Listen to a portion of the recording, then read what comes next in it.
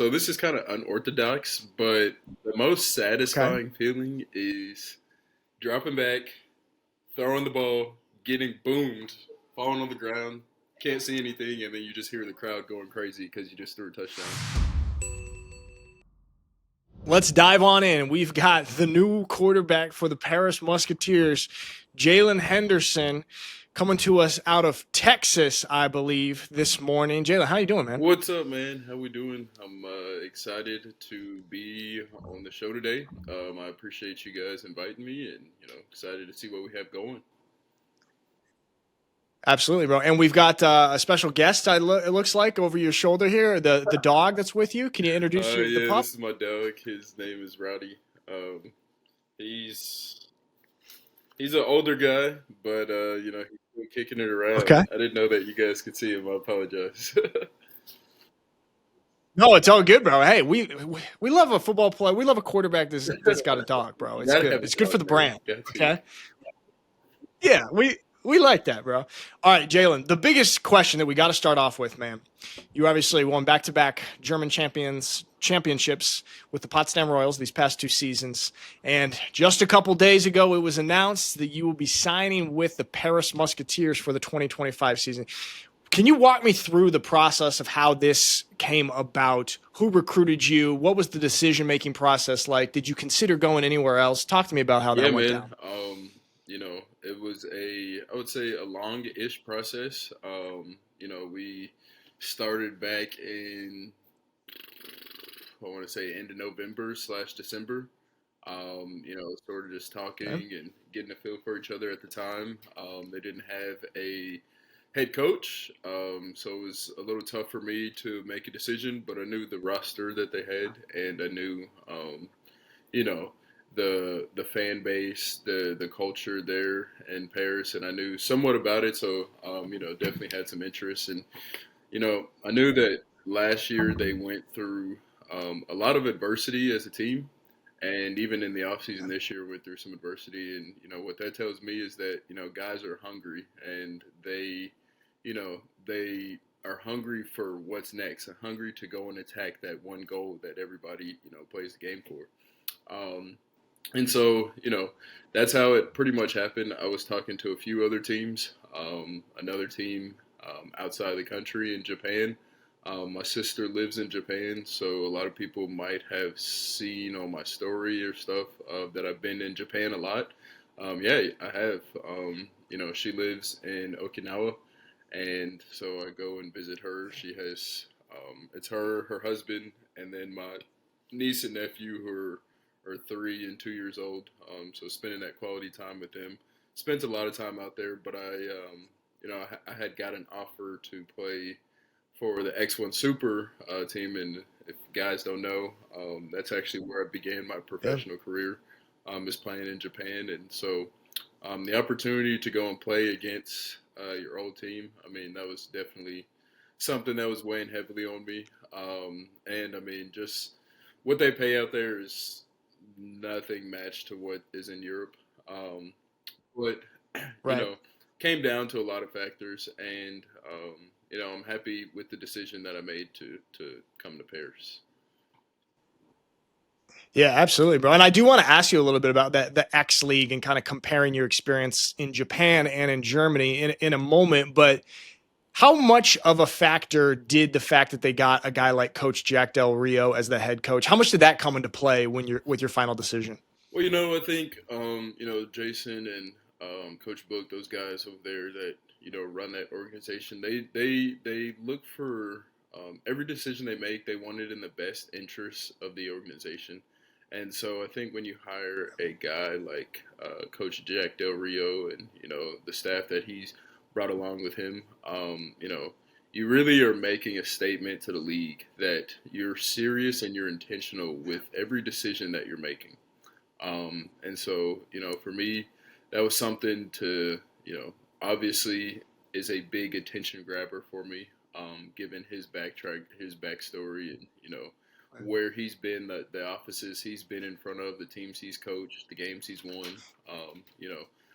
Thought that that could be a really good fit for, for me now, but also for me in the future. I think that I'll learn a Yeah. lot, but also be able to teach guys around me a lot as well. So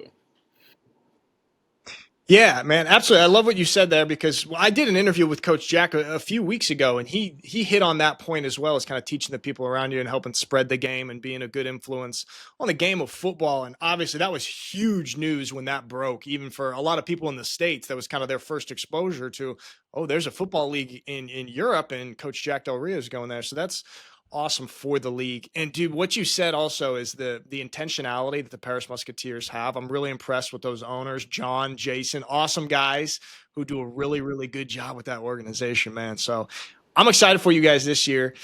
Talk to me a little bit about, and maybe this doesn't even come into play for you mentally, but I'm just a little bit curious. Do you feel an added pressure coming into the Musketeers this year? Because obviously you're following a quarterback that was the MVP of the league last year and going into a team that did make it to the semifinals and has pretty high expectations. And then when you look at what you've done the last two seasons in the German league, I know the expectations have got to be pretty high there. How does this come into play? Do you feel that pressure? no, that's a great question. For me, I've always grown up to pretty much teach myself and learn myself how to embrace the pressure. Pressure Okay. necessarily isn't always a bad thing. It's something for me personally that I absolutely love. I cherish. This is the reason why I play the game, and it's to really just embrace the pressure. Anytime I have pressure on me or my back's against the wall, I learn to absolutely love those situations. Whenever I'm in off season and I'm running, about to puke my lungs out because I'm tired. I think about these situations, and it helps push me through because it gives me the reasoning. It gives me the why on why I play the game. It's for the pressure. I've been in it my whole life, and I've just like I said, I've learned over this time to love it so much and really really appreciate it because it won't be here forever. So Yeah, man. Somebody I've heard it somewhere. I can't remember where, but basically the quote is pressure is a yeah, privilege. Actually, that when you're able to be in these situations where there is some pressure on you, it means that you're in kind of a privileged situation yeah. that you've earned, and have the opportunity to kind of live up to that. Well, let's stick on this for a second of kind of your personal performance and play because, dude, you look at your season the last couple of years, specifically last year. I think you threw for over 5,000 yards. You had like 90 touchdowns, 77% completion percentage. That's week in and week out, like playing and operating at a really high level. And it's incredibly hard to be that consistent, whatever position you're playing. What goes into being that consistent and playing at that high of a level for the duration of an entire Yes, season, sir. man? For me, and that's another great question as well. For me, I'm very That's fair. intentional with my preparation. I think preparing, Okay. you've heard guys say the quote, proper preparation prevents poor performance. And so, you know, and that starts in the off season, preparing myself to last an entire season, preparing my body to be able to take hits throughout the entire season, but also mentally preparing my mind to be able to obtain the capacity of information I'm going to have to obtain over the next, 6 to 7 months. Whether that's changing my sleep schedules, putting the phone down a little bit early, doing what I have to do from a complete aspect to make sure that I'm fully prepared for any situation that comes around. So, that's something that I'm very intentional about. And then, the what also goes into the preparation aspect is, having a wonderful staff, having people around me that make what I do look a lot easier than what it is. When you have guys on a team that are all bought in to one bigger goal, you have guys that have player to player accountability, keeping each other accountable instead of the coach keeping them accountable.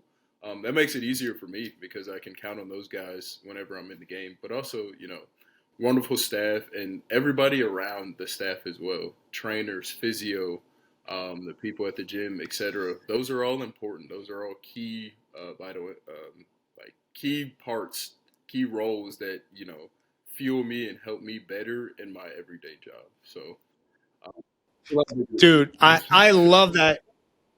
I love that because I don't know if you saw Josh Allen's speech when he won the MVP a few weeks ago, but he said something similar to that where he's like, yeah, this is an individual award right here, but you don't have this type of success on the football field without Yeah, all these people in the organization, all the way down to the person in the mailroom, the equipment staff.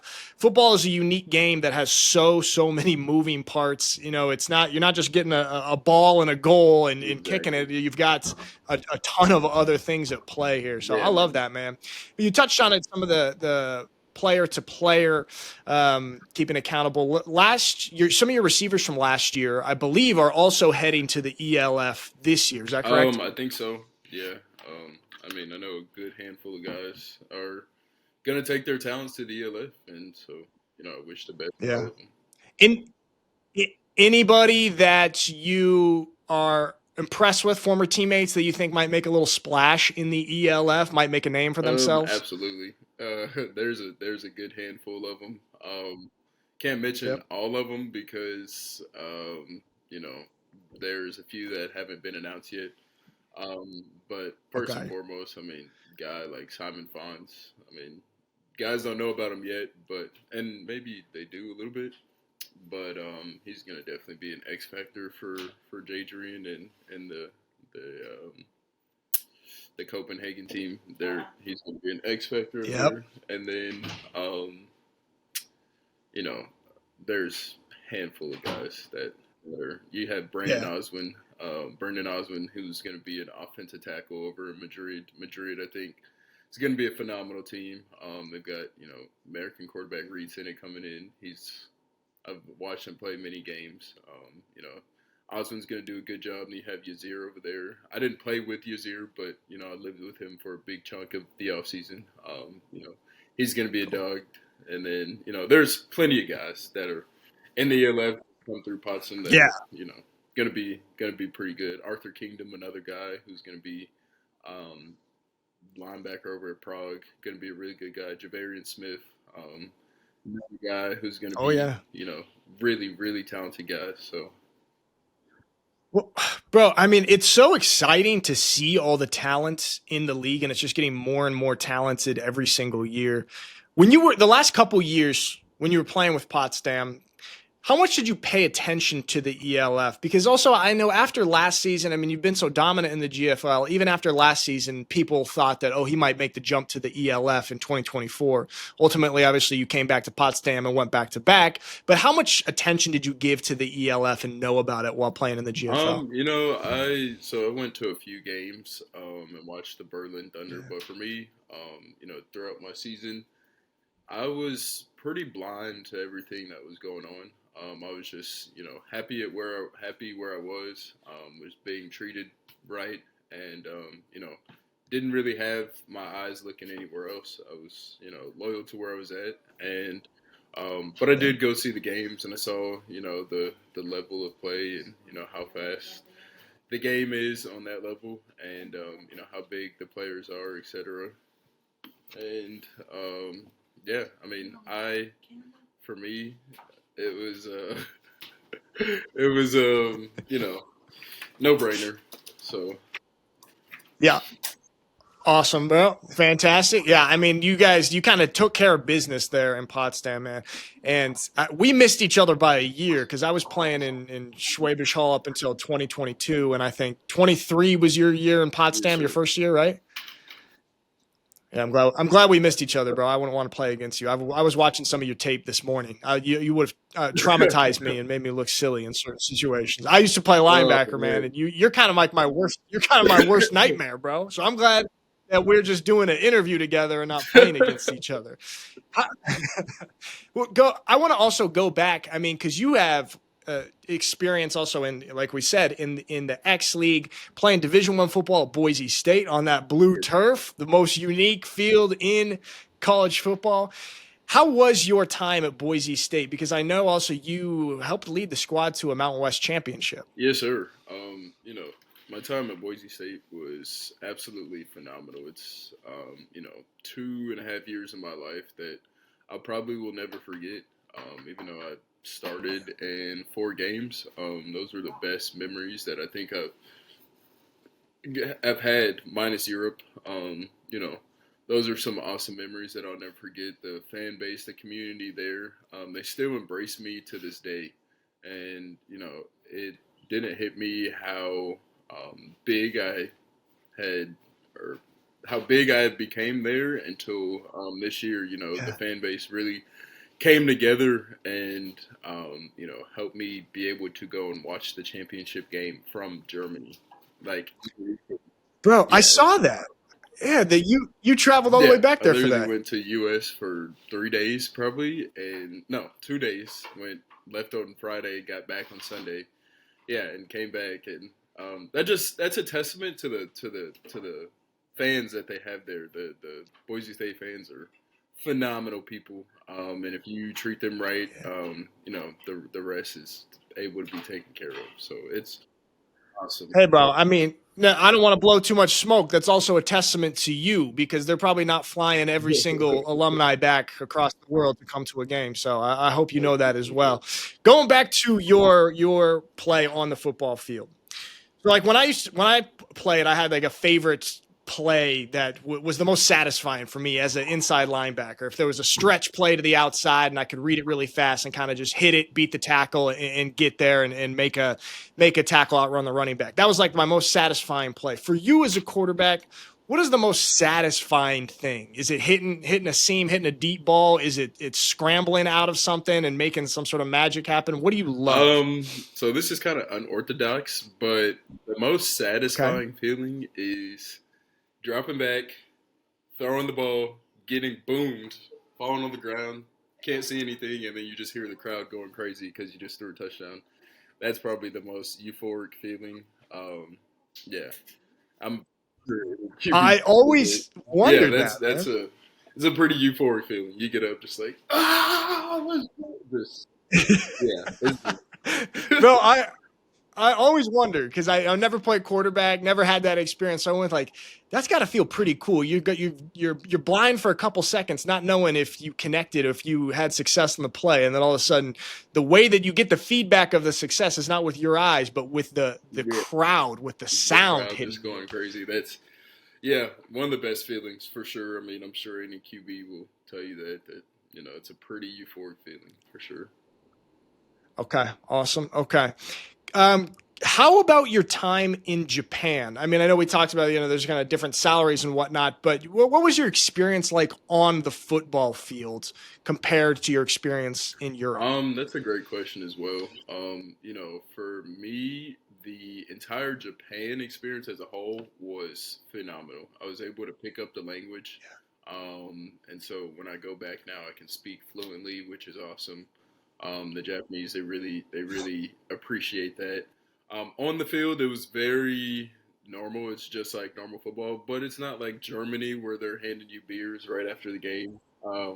You know, it's a lot. It's a different culture there. You know, a lot of times, yeah, it's just a different culture. You know, there's you bow, you're doing bows instead of handshakes. Yep. But football is still the same football at the end of the day. Um, yeah, I mean the you can tell a little difference, but Hey, yeah, you learn yes. Japanese. Bro, that is impressive because that is not an easy language to learn for a Yeah. native English speaker. How did you So I learn had a I Japanese? had a teacher that I would work with twice a week for an hour a day, so 2 hours a day. And then you stay there 7 months. So, you know, I had like over 60 hours of Japanese lessons, and then I had to take a test at the end of it. And um, you know, it seems like it's very difficult, but like with anything, if you just put in the time to study it, then you can pick it up. And I was obviously around Japanese every day as well. They didn't speak, so in Germany, you know, they can speak a little English, whereas in Japan, it's like nobody speaks any English. So you either learn it or good luck, you know, translator. And I was tired of doing that. Absolutely, bro. That's super impressive. So we're talking about that. Then, oh yeah, okay. So that's your time in Japan. Super impressive. You learned Japanese. And how about when you came to Germany? And what were some of the kind of interesting culture shocks or experiences off the football field? I mean, you mentioned this was something that I and a lot of Americans who came up through college football, you come to Germany and they're handing you beers and they're drinking a beer on the bus after the game, which is totally a shock for American guys. What else can you take away from your experience in Germany? I love Germany a lot. The fans are the culture there, the way how they cheer at the game, bringing drums and staying loud the entire game, no matter if we're winning, 96-6, they're still loud and just boom, boom, staying the entire game. And then just how they embrace their players, and it really turns into a family atmosphere. I didn't really feel the family-esque atmosphere in Japan, but maybe it could have been there. It was just a language barrier. Whereas in Germany, I mean, you really can feel the family and as one attitude from every single fan base, and I think that's more of a Europe thing as well. I went to the Euro Cup games, and it was wild how the fans just embraced the team, and that's something that I think is really unique about Europe. The fan support for their team, they are die hard. So that's pretty Dude, it is really, really a cool thing. And you guys in Paris, man, you guys got the Red Company, and there's certain kind of ultra fan groups around the ELF, and they are one of the most exciting ones and kind of one of the most diehard.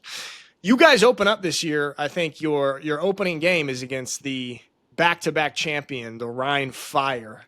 How do you feel about this being your ELF debut? Honestly, I wouldn't want it any other way. I know Coach Tom Sewell is going to have those guys coached up, and they're going to play good, sound, physical football. But so are we, and we've got a lot of group of guys, and we've got a great coaching staff as well that's going to make sure that we have done everything that we can to be as prepared as possible. That's already has started even way back. With going into preparation, making sure that we have all of our ducks in order so that we can go and play them.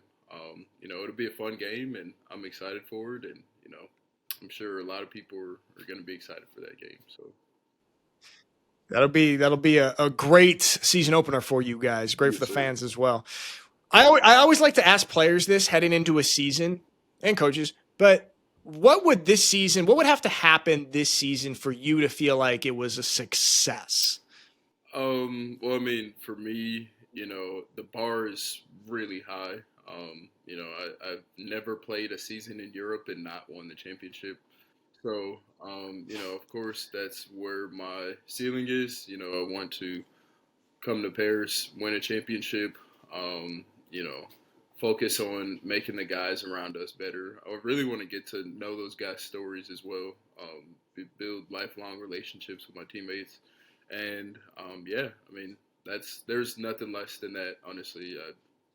Bottom line, have to win the championship or I won't be satisfied. So there we go. I love it. He's going for the three-peat with different teams, but he's going for the 3 in a row. Last couple questions, bro.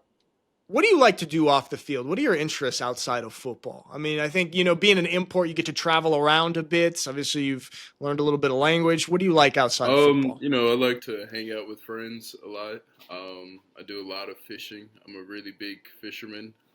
Where I live in Texas, it's sort of in the coast. So I live like the Gulf of Mexico area. Do a lot of fishing. Like to hang out with my friends, like I said, and then just get out and explore. I like to be outside for the most part, and I like to do a lot of gaming as well. Okay, what games you play? Lately, I've just been playing Grand Theft Auto. I'm like sort of moving right now, so it's okay. Don't have much of a variety, but Grand Theft Auto. There's a game called Shredders, who's it's like a snowboarding game. Not sure if you know who that is. Yep. Cool. Yeah, man, that's pretty much it, honestly. We're waiting for GTA 6. One of these. Bro, we're waiting. Last question, Jalen. This has been a fantastic interview. What would be your advice for kind of the younger generation? You've been able to come out here now and have a bunch of success in your professional career, and that's still going on. For a young guy who wants to be a successful athlete, maybe play at the level that you play at, what would you say to them? What is your advice? I mean, yeah, man, find the best person in whatever field you're trying to do and try to be better than that person. And understand what that person is doing to be where they're at. You know, are they putting in the extra work, or are they just working whenever, you know, they have meetings, et cetera, stuff like that. But also just never give up. Like, just keep going. You know, you're only going to be older, one, and you don't want to look back later in life and, you know, wish you could have done something different, you know. So don't be afraid to make mistakes and understand that, you know, 9 times out of 10, plans aren't going to go exactly how you think that they'll go. But, you know, it's about how you respond whenever things don't go as planned. Is it going to be positive or negative? And then, yeah, man, just keep moving forward pretty much. I love that. There's a quote. There's a life is 10% what happens to you and 90% how you respond to it. So I love that, man. That's fantastic advice for any young people listening. Jalen, man, thank you so much for coming on the ELF podcast, for waking up early back there in Texas. Appreciate you coming on the show, man, and we're super excited to have you in the ELF playing for the Musketeers, man. I appreciate it, man. Thank you for having me.